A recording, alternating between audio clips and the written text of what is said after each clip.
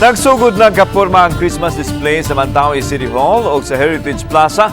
Sa Disyembre, himuon ang official lighting nini. Ang report ni Nico Serino.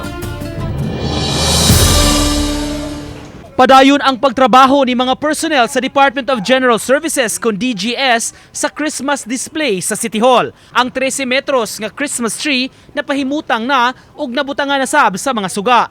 Lain-laing mga istruktura usab ang gipamutang sama sa higanteng Christmas lighted sign. Ang kilid sa City Hall butangan sa moderno nga bilen. Samtang ang atubangan nga bahin may imuntar sab nga Santa's house. May mga dagkong structures usab sama sa teddy bear o kampana nga perfect pang selfie spot aron pang post sa social media. Matud sa labaw sa DGS, gipaningkamutan nila nga bag-o og lain-lain ang porma sa ilang display matag tuig. Instagrammable nga mga kuan ba nga wherein maon yung mga youths karon. Instead nga manlakaw og lagyo ari na lang sa Mandawi. No, anyway, naasay at their own. Natay ka-offer ba?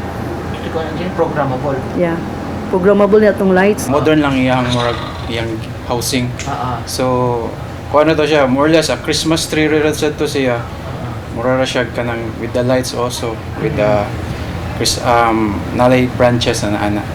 So, and then, the rest, pero in terms of sa gi-provided sa na team, so, which is the Wonderland, meaning mura siya kanang out of the box at siguro ba. Gibanaba ng 3 million pesos ang nagasto sa syudad sa Christmas display karong tuiga. Tinguha sa dakbayan nga makahatag og kalipay sa mga Mandawihanon ug sa mga bisita karong umaabot nga Pasko. Sa Disyembre 1 gikatakda nga sugdan ug buksan ang maong display. Uban ni Godfrey Relien ug Rod Prado, Nico Sereno, Balitang Bisdak.